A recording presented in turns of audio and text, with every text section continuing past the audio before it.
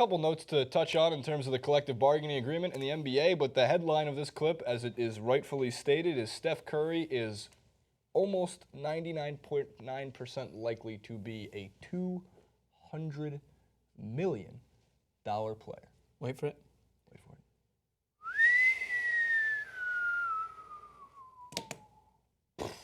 it. Part of what the CBA and what they agreed to, some people are actually very unhappy about it. So I lied. We're going to start with the tweets. Elements 11, 12, and 13, as Jacory's about to shake his head. Draymond Green, deal? Shake my head. Continues. That's a heartbreaker. Oh, that might not be about the CBA, but it could be. That could be about anything. Someone got voted off the island in Survivor. Could have been. One day we'll get it right, maybe. That's also about the CBA. So part of what this new collective bargaining, not new collective bargaining, but the agreement they came to make sure they extends for 5 more years. The good news is there's no lockout, even though it didn't seem like there was any chance of there being a lockout. Anytime these deals are on the table and the union and the players' union, the NBA executives can't get together and come to a conclusion, well, then you don't get basketball. Work stoppage. And that's the worst thing ever. No one likes work stoppages. We remember it. It's still in my nightmares. Yeah. The lockout.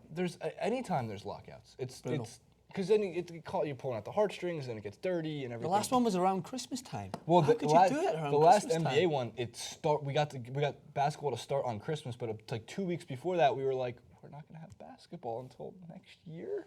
Grinch. What are we going to do? I know. Who decides these things? So here's 2 parts of the quote that have to do with like the 6-year deal, and that's what a lot of the owners got together and used, believe it or not, Kevin Durant as a bargaining chip. I see it. With the new CBA, owners gave into 5-year extensions for certain designated players, which effectively creates 6-year contracts in the NBA for the first time in over half a decade. So over 5 years, as the dog is saying. Furthermore, owners agreed to pay maximum contracts to aging star players, bumping 36 and over to 38 and over, which are risky because if you're 38 and over, then you're signing long-term deals or any kind of long deal. It's because you're old, you might get hurt. Next. And this is what it means. The answer is simple. NBA franchises would rather take the chance of a player breaking down at the end of a long deal than watch star players join together to form super teams. By offering the very best players 6-year deals, owners hope to reduce the amount of player movement in free agency and hold on to their stars. It's a loyalty thing. We want our best player locked down for 6 years. We want to make this your franchise, that type of deal. It also means that to keep Draymond Green, Steph Curry, Klay Thompson, and Kevin Durant under the new CBA, on the team would use up $100 million of roughly the $102 million cap space. So that means when Thompson's contract is up and Curry's contract is up, it's going to be interesting. Yeah. I think they're staying, but it's going to get much more interesting because there's going to be teams who can offer Steph Curry or even the Warriors $200 million. That means Chris Paul could get that too. Yeah. Blake Griffin could get that deal. I mean, Mike Conley was 5 for 152. Why can't Curry be 6 for 200? It's such a crash back down to earth for me to remember that this is American sports, because from the background I come into, players own the control. They can get out when they want. They have minimum fee release clauses in case they have to. If they're unhappy enough, teams won't want to field an unhappy player. What's the point? They're not going to do anything for you. They're just going to be pissed off.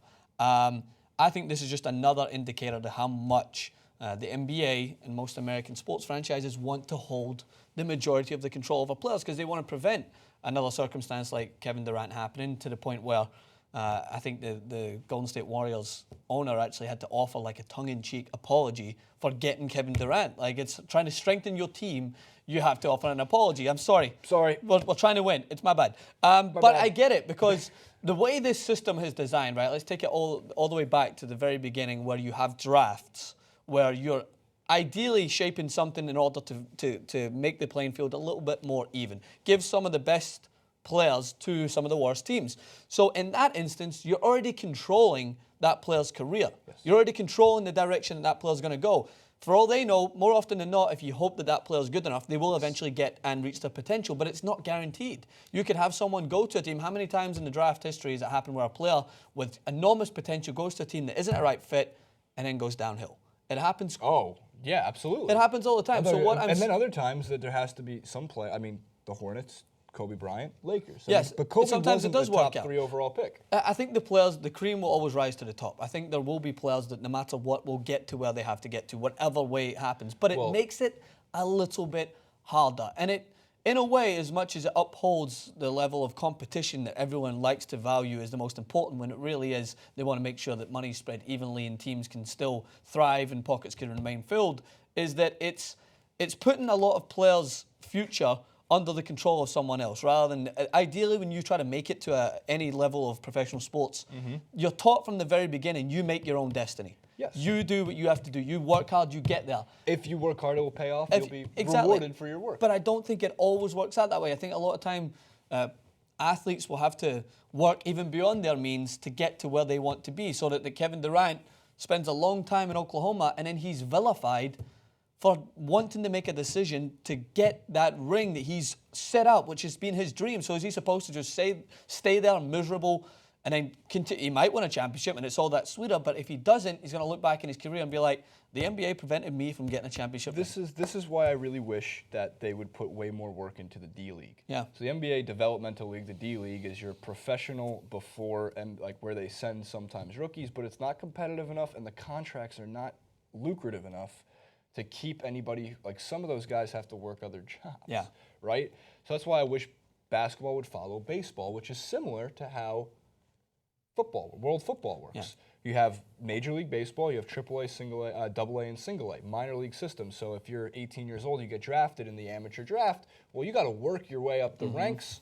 And if you want to put yourself in a better position, you can go to different teams, similar in a way to a loan, right? To figure out what best fits Putting yourself in a shop window to be like, Yes. come and get me. But you're putting yourself in a window. Yeah, you put yourself in the shop window, not short window. You're window. shopping yourself. You're a mannequin. Yeah, and it's like so we take the English league, for example, in soccer, there's so many different And then divisions. what's below the championship? You look at Division 1, Division 2, it goes all the way down to non-conference. Jamie Vardy, who I'm sorry if you are not aware of this, you should be regardless of what sports you want English to look Premier at. League. He was at last year's English Premier League, one of the best players, 8th in the Ballon d'Or, which is all European best players last season. This guy was playing non-league football 4 years ago. That's low. That's worse than the D League. That's the so example low. would be imagine if instead of Kevin Durant going to Texas and being drafted number 2 overall, Kevin Durant was just a guy who didn't have a platform in high school to play basketball, so he worked hard and went into maybe a community school, and then went to the D League, and from the D League, which is almost unheard of, it is unheard of, going from the D League to becoming an NBA MVP. Yeah. That's what it would be, and making a finals, Yeah. right? Never been heard of in basketball before, and maybe one day it will, but that's why I think part of these CBA deals and stuff like that is always power to the players. And like I've said, until I own a team, power to the players. Absolutely. Then switch the line. No, man, power to the players. And also, one of the things that's important to note about Draymond Green, he's also upset, and a part of what he was kind of alluding to is he's upset that it's not so. He's happy that he can make his money, and he's not. He said, "I'm not complaining about my salary." He's complaining about like his teammates, like James Michael McAdoo and other guys who are making league minimums, and he says it's not fair that these guys are going to make $500,000 in comparison to some guys who are in the position.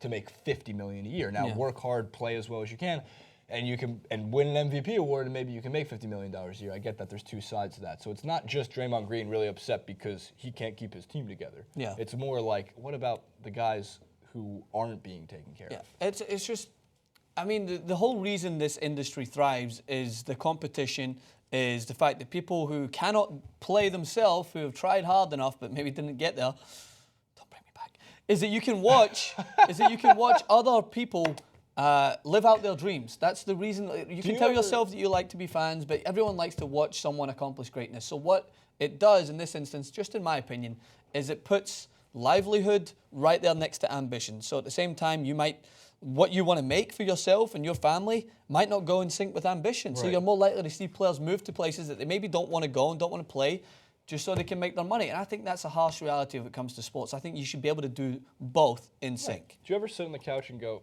and honestly sit there and go, oh, for fuck's sake, I could do better than that? I do. No, I could do better than that. I could do better than that! He woke up Sorry, Leonard Lou. slamming the table. Do we have a cam? We do! There she is. He woke her up. She's like, look at her, man. That is the cutest dog I've ever seen this side of the Atlantic. Lou. Oh, man. And you guys won't subscribe to that? You won't subscribe to that? Comment below, like, favorite, and subscribe for more Lou Cam, LD, Lou Dog.